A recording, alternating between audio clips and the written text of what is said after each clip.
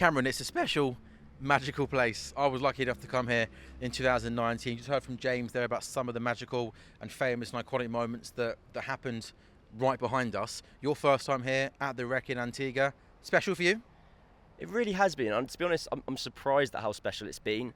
I kind of came here a little bit cynical, thinking, I know I'm meant to be thinking, wow, I'm going to go and see the kind of ghosts of Brian Lara, but it's an abandoned ground. That's not really going to exist. But for me, it really, really has. I've been shocked at how atmospheric a ground it is, even in its current state. They haven't had a match here for 15 years now.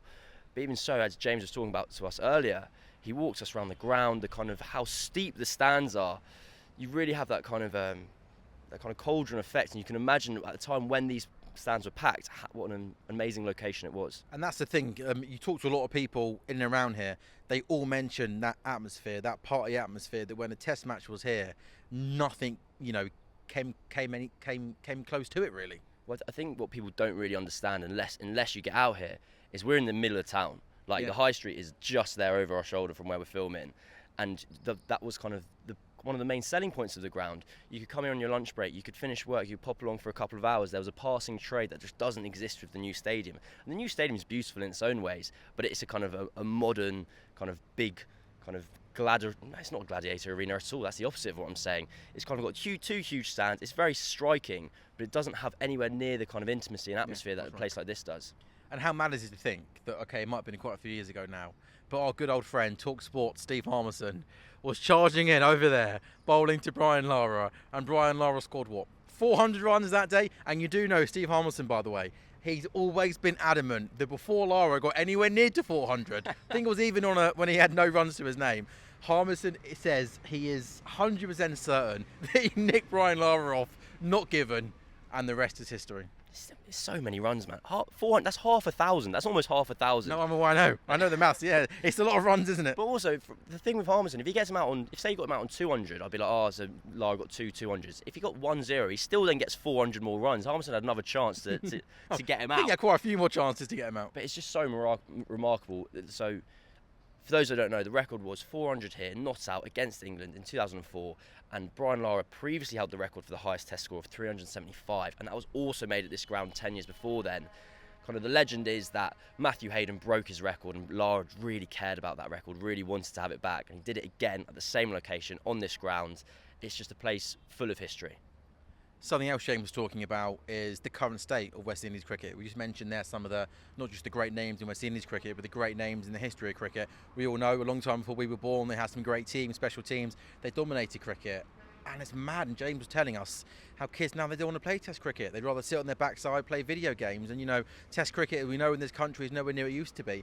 But even white ball cricket, we've got a white ball series coming up against the West Indies. And look, England's failings in that World Cup have been more documented. The West Indies, they weren't even there, Cameron.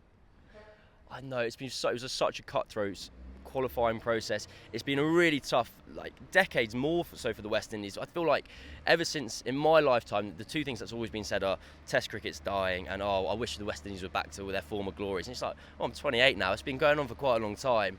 But if you look at the West Indies troubles, it's been going on until basically since 2015. They kind of lost in that World Cup. They didn't perform very well.